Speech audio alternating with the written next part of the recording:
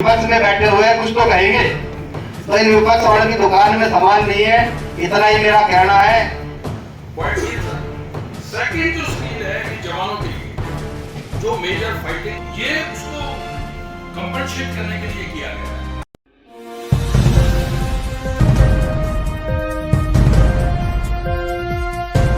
नमस्कार, आप देख रहे हैं नव समाचार। नव समाचार में आपका स्वागत है। मैं हूं आपका साथी रमाकांत उपाध्याय।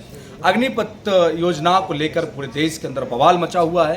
कुछ लोग कह रहे हैं, विपक्षी लोग कह रहे हैं कि ये ठीक नहीं है। सरकार समझा पा रही है, कितना समझा पा रही है? सरकार के जितने भी कार्यकर्ता हैं या फिर प्रशासनिक लोग हैं या फिर ये कहा जाए यहाँ तक कि प्रमुख जो कि सेना के प्रमुख लोग हैं, उन्होंने भी इस बात का खंडन करते हुए इस योजना का कहा कि यह ठीक है लोगों के लिए और लोगों को इससे जुड़ना चाहिए, इसमें भाग लेना चाहिए और इसमें अपनी पूर्ण निष्ठा से सच्चाई के साथ जुड़ें। आज हमारे बीच में सतपाल कर्नल साहब हमारे बीच में मौजूद है। राघव जी, उनसे चर्चा कर लेते हैं कि ये कितना ठीक है। आप जगह जगह आज आपने यहाँ पर एक गोष्ठी भी रखी है अग्निवीर लोगों के लिए, तो ये क्या पूरा है? थोड़ा सा लोग बाग इससे अभी भी कन्फ्यूज़ हैं कि इसमें सत्यता कितनी है, उनके लिए कितने फ़ायदेमंद रहेगा। आप भी सुन रहे होंगे कि पता नहीं इसमें पेंशन नहीं है, 4 साल बाद क्या होगा, तो इसलिए दर्शक चाहते एक बार बताइए। जी, बहुत ही अच्छा प्रश्न है आपका रमाकांत जी। देखिए, ये एक रिक्रूटमेंट रिफॉर्म है नंबर 1, जो देश की आवश्यकता है, जो देश हित में है। ये रिक्रूटमेंट रिफॉर्म के अंदर इस योजना को लाया गया है। इसकी बैकग्राउंड जो ये है कि कारगिल वॉर के बाद सुब्रमण्यम कमेटी के अंदर एक age profile of commanding officer and the fighting jawan की एक नीड थी, बहुत एक आवश्यकता थी। उसके अलावा ग्रुप ऑफ मिनिस्टर्स को भी रिकमेंडेशन है। इसके बाद यूपीए गवर्नमेंट ने नरेश चंद्र टास्क फोर्स भी बनाई थी इसी विषय के अंदर, वो निकल के नहीं आई। और इसके अंदर जो जॉइंटनेस जो प्रेजेंट गवर्नमेंट ने सीडीएस का अपॉइंटमेंट उसी रिकमेंडेशन पे दिया था। ऑफिसर्स की, कमांडिंग ऑफिसर की एज प्रोफाइल कम की गई थी। जो जवानों की है, ये गवर्नमेंट इस स्कीम को लेके आई है। जहाँ तक बात देश हित के लिए, ये बहुत अच्छी है। वर्ल्ड के अंदर भी फ्रांस, यूके, इजराइल, रशिया और हमारा जो एडवर्सरी है चाइना, ये ऑलरेडी स्कीम है। हमको यूथ चाहिए। हमारा जो बॉर्डर हिमालय से लगता है 21,000 फीट पे भी हमारा साइचन का बैटलफील्ड एक्टिव है और ऑपरेशन मेघदूत अभी भी जारी है। तो हमें यूथ प्रोफाइल चाहिए वहाँ पे लड़ने के लिए, तो इस स्कीम के अंदर ये लाया गया है। जहाँ तक अग्निवीरों का, जो बेस्ट ऑफ द अग्निवीर है, अच्छी कम्पिटिटिव होगा, वो देश हित में अच्छे सैनिक हमें मिलेंगे।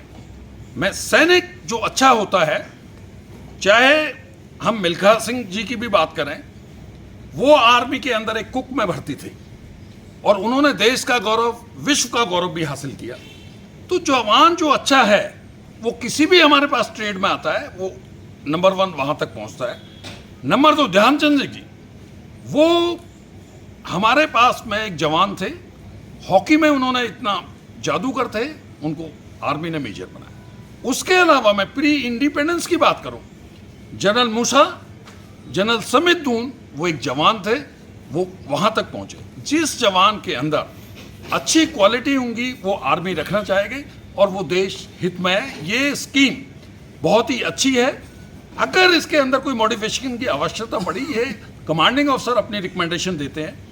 वॉर के बेसिस पे ये स्कीम आई थी और इसके अंदर जो फॉर्मेशन कमांडर है, आर्मी है, अगर होगा तो इसके अंदर सुधार लाया जाएगा।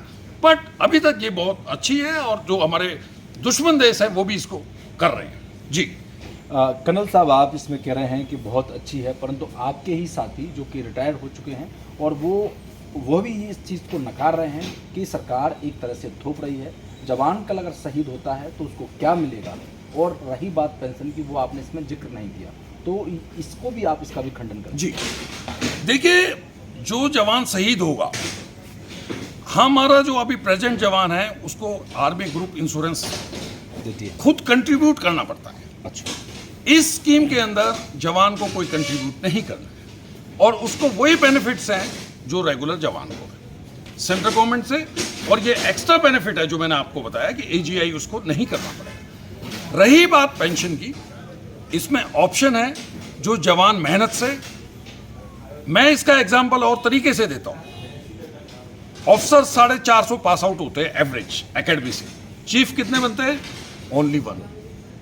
जो जवान मेहनत करेगा 25% में आएगा, पेंशन लेगा, और अफसर भी बनेगा फौज में रह के, सूबेदार मेजर भी बनेगा, ऑनररी कैप्टन भी बनेगा, उसके लिए स्कोप है, कोई मना तो नहीं है। और जो दूसरे भी वहाँ से वापस आते हैं जवान, जो जवान अभी आप हरियाणा की बात करूँ मैं, हमारे SCS अफसर बने हुए हैं जो जवान सेना से प्री मैच्योर आगे हैं, पुलिस के अंदर इंस्पेक्टर हैं और ऊंचे पदों पे हैं। ऐसे ही मैं अफसरों की बात करूं, गवर्नर तक पहुंचे हुए हैं। चंद्रशेखर साहब जो है एक अपने पहले जो IPS अफसर बने हुए हैं, और 4 IPS अफसर जो DG रिटायर हुए हैं हरियाणा के, वो शॉर्ट सर्विस अफसर से बने हुए हैं। तो इसके अंदर मैं यही बात पे जोर डाल रहा हूँ कि जो अच्छी होगी, आप ये बताइए कि देश को एक देश हित में हमें अच्छे जवान चाहिए, अच्छी क्वालिटी के जवान चाहिए, क्वांटिटी नहीं चाहिए, लाइबिलिटी नहीं चाहिए। हमको उन जवानों के लिए विकल्प खुले हुए हैं, ऊपर जाने के लिए भी, साइड में लेटरल उसके अंदर भी हैं। तो ये स्कीम बहुत अच्छी है। अगर कोई इसमें जब ये लागू हो रही है, कुछ चीज़ें पाई तो सिस्टम में ऑलरेडी इनबिल्ट है, उसको चेंज कर सकते हैं। आज जवानों की भी आप यही एंट्री मत समझिए, हम मेजर GD सोल्जर की बात कर रहे हैं, बहुत एंट्री हैं जवानों के लिए, तो वो उसी बेस पे किया जाता है। तो ये स्कीम बहुत अच्छी है। और ये पेंशन का भी मैंने आपको पॉइंट बता दिया है, ये स्कीम एक पॉलिसी है। राहुल गांधी का कहना है कि यदि यह भी योजना सरकार को, जिस प्रकार से किसान आंदोलन हुआ और उस मांग को उन्होंने अपनी बात को रखी और सरकार समझाने में असक्षम रही और वापस लेना पड़ा वो योजना, इसी प्रकार से यह भी योजना वापस लेनी पड़ेगी। जी, बहुत ही अच्छा प्रश्न पूछा है। मैं UPA गवर्नमेंट थी जब ये स्कीम, ये जो स्टडी ऑर्डर की थी, UPA थी। उसके बाद सुब्रमण्यम कमेटी में भी, ग्रुप ऑफ मिनिस्टर के टाइम पे भी उनकी ही गवर्नमेंट थी, राहुल साहब की गवर्नमेंट थी, कांग्रेस की गवर्नमेंट थी, और जो नरेश चंद्र टास्क फोर्स थी वो भी उनकी गवर्नमेंट ने किया था। तो आज राहुल जी इसका खंडन क्यों कर रहे हैं? वो इम्प्लीमेंट नहीं कर पाए। स्कीम में, स्टडी में रिपोर्ट तो वही है, उसमें कोई बदलाव नहीं है, उनकी गवर्नमेंट का था, लेकिन उनमें इतना बड़ा दिल नहीं दिखा पाया कि इसको इम्प्लीमेंट कर पाए, क्योंकि उस समय सरकार जो है बड़े घोटालों में घिरी हुई थी। ये वापस नहीं लिया जाएगा, ये वापस नहीं लिया जाएगा, यस, मॉडिफिकेशन। ये सरकार कमांडर योगेश हमारे साथ मौजूद हैं। कमांडर जी, आपको क्या लगता है, क्या देख रहे हैं पूरे देश के अंदर इसको लेकर? हर जगह चर्चा है, गांव-गांव, शहर-शहर, और आप लोग तक भी, आप लोगों में भी आपस में खींचातानी चल रही है। पहले तो मैं आपका धन्यवाद देता हूं कि आपने ये जलनशील मुद्दा उठाया है। सबसे पहले मैं आपके माध्यम से अपने युवाओं को और सभी देश के नागरिकों को ये बताना चाहता हूं, अग्निपथ जो सरकार ये स्कीम लेके आई है, one of the best scheme है। इसका हमारे युवाओं को फ़ायदा उठाना चाहिए। जैसे आप कुछ लोगों ने लोगों को बहकाया जा रहा है कि इसमें पेंशन नहीं होगी, मैं उसका खंडन करता हूं, क्योंकि जो 25% जो बेस्ट उसमें से आर्मी में रखे जाएंगे उनकी पेंशन रहेगी और उनको सभी सुविधाएं होंगी। फिर कुछ लोग कहते हैं कि नहीं, उनका डिजेबिलिटी नहीं होगी, उनको सबको जो भी एज रूल्स रेगुलेशन जो नॉर्मल जवान के लिए लागू हैं वो भी उन्हीं के लिए लागू होगी। उनको सभी डिजेबिलिटी, सभी रूल रेगुलेशन के हिसाब से सभी सुविधाएं मिलेंगी, कैंटीन सुविधाएं मिलेगी, फ्री ड्रेस मिलेगी, पूरे ट्रैवल अलाउंसेज मिलेंगी।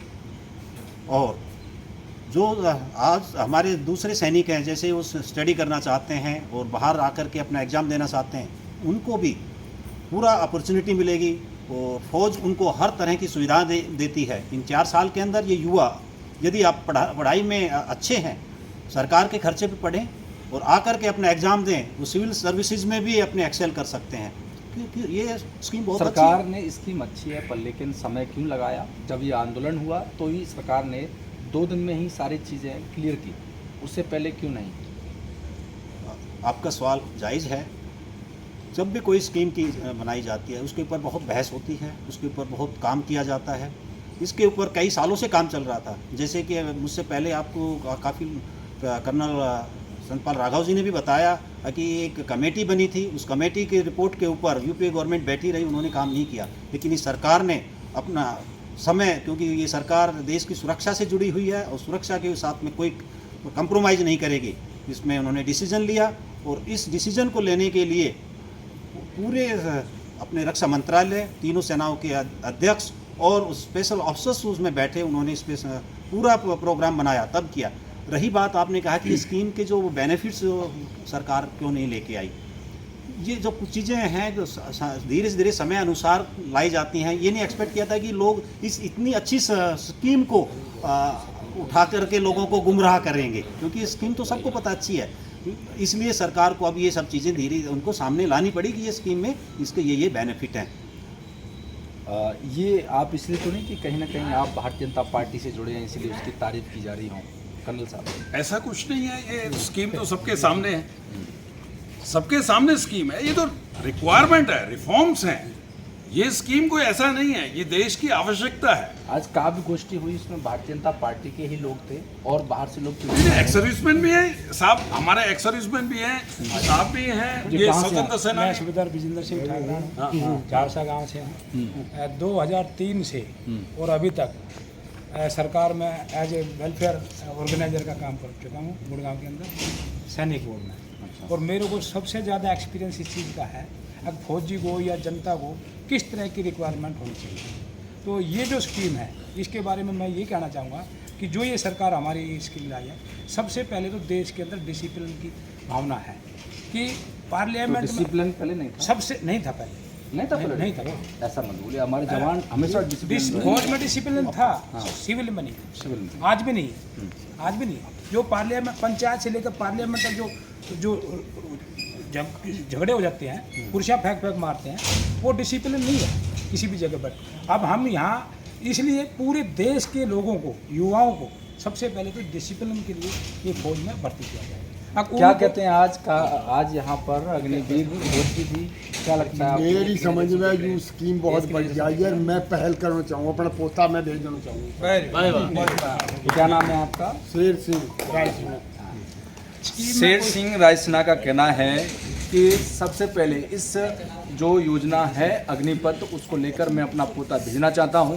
ऐसे कई लोग हैं, देश के चारों तरफ से आवाज़ आने लगी है कि अग्निपथ एक अच्छी योजना है, उसमें लोगों को बढ़ चढ़ के भागना चाहिए। कर्नल संतपाल जी ने, राघव जी ने जो कहा कि कुछ लोग गुमराह करने की कोशिश कर रहे हैं, इसको योजना को एक बार लोगों को समझना चाहिए और नज़दीकी से देखेंगे। जब भर्ती होंगे तो ये कहीं ना कहीं हमारे देश के लिए और एक ऐसे युवा की आवश्यकता है जो देश का संचालन कर सकता है मजबूती से बॉर्डर पर, क्योंकि कहा उन्होंने गोष्ठी के अंदर कि चाइना धीमे धीमे अपने पैर भारत की ओर बढ़ा रहा है, तो कब्जा कहीं ना कहीं, तो उनसे लड़ाई लड़ने के लिए या फिर ये कहा जाए कि हमारे देश के युवाओं के अंदर जो जोश होता है वो आर्मी में जब जाते हैं तो लड़ाई लड़ने में सक्षम रहते हैं। पर लेकिन देखना होगा कि योजना कब तक, क्या विपक्ष इसके साथ सरकार के साथ में मिलकर लागू कर पाएंगे, इस लोगों के बीच में जा पाएंगे, समझा पाएंगे,